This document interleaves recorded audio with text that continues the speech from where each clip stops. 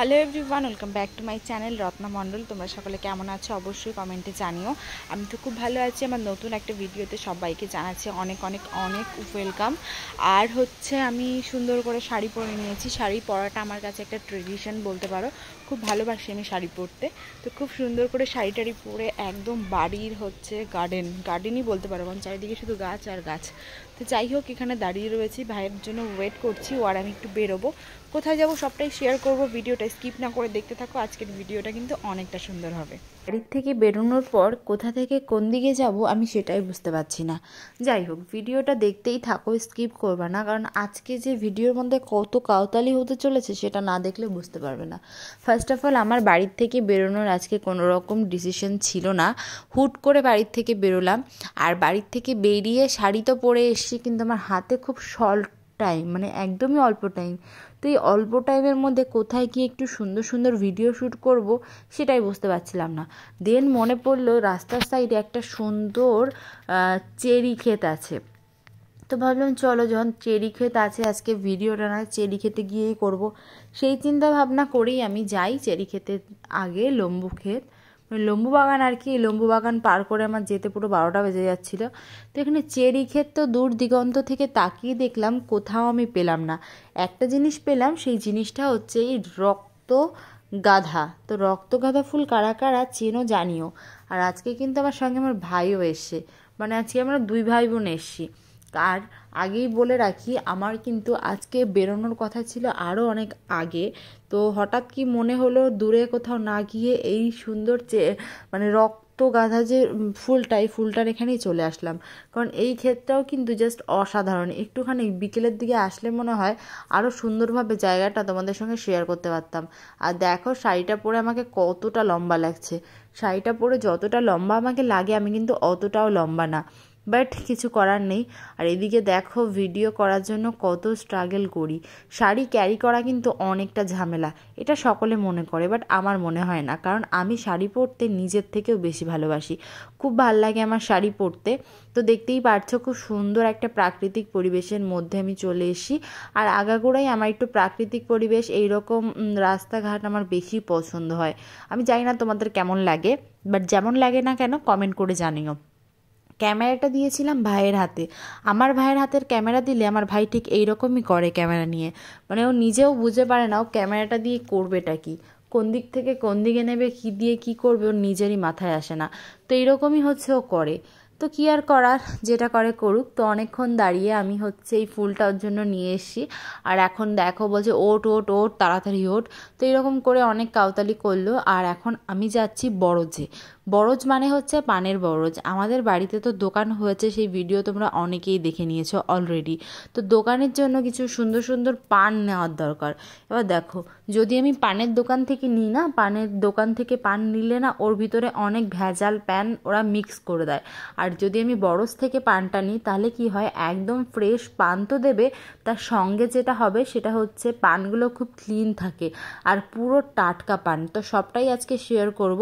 তো একটা কাকিমার কাছ থেকে অ্যাড্রেসটা শুনে নিলাম। আর দেখো, পানের বরজ তোমরা, আমি জানি না কাছ থেকে আগে পরে দেখেছো কি না। তো যদি না দেখে থাকো তাহলে ভিডিওটা দেখে কিন্তু বুঝে যাবে যে পানের বরজটা সত্যি অনেকটা সুন্দর।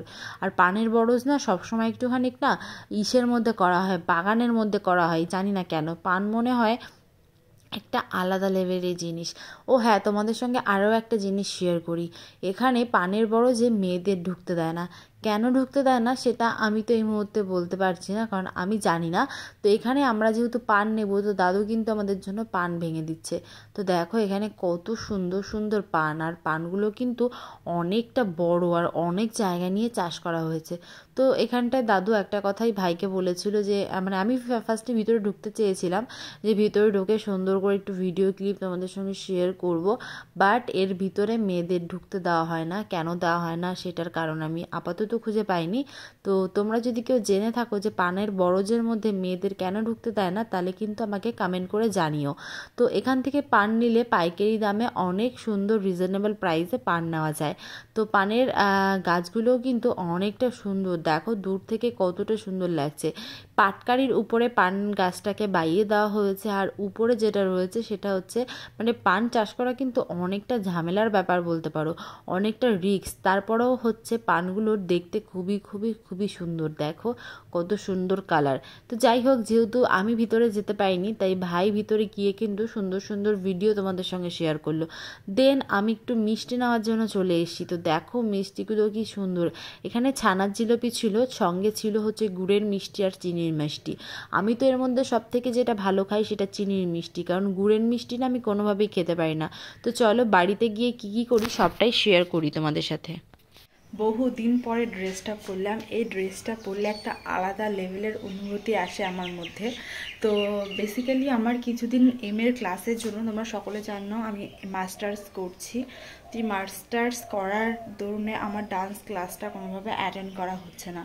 তো ঠিকঠাক করে আমি যেতে পারছি না, কারণ রেগুলার আমার রোববার করে ক্লাস থাকে, আর রোববার করেই আমার ডান্স শো। তুমি কী করে কি করবো বলো, কারণ আমার ক্লাস করাটাও যতটা ইম্পর্টেন্ট, এই পোশাকটা পরে আমার ওখানে যাওয়াটাও অনেকটা ইম্পর্টেন্ট। বাট সময়ের সঙ্গে সেটা আমি তাল না মিলিয়ে করতে পারছি না। তো ফাইনালি আজকে একটা ক্লাস অফ করে আমি যাচ্ছি ডান্স ক্লাসে, সবটাই শেয়ার করবো, ভিডিওটা স্কিপ না করে দেখো, পুরোপুরি রেডি হয়নি। বিগত অনেকগুলো দিন হয়ে গেল ঠিকঠাক করে টাইম মেনটেন করে ক্লাসে যেতে পারছি না। তার কারণটা কি জানো তো? তার কারণটা হচ্ছে আমার এখন রেগুলার ক্লাসে যেতে হয় কলেজের ক্লাসে এত এত এত পরিমাণ, কারণ তোমরা অনেকেই জানো আমি মাস্টার্স করছি।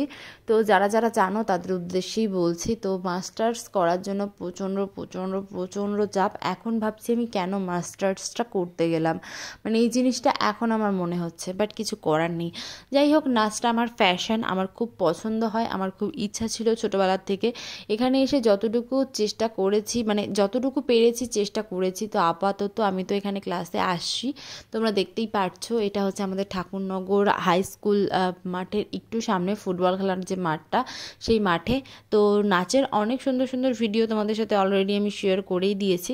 বহুদিন পর ক্লাসে আসার পর নিজেকে কেমন একটা নতুন নতুন লাগছে আর কি।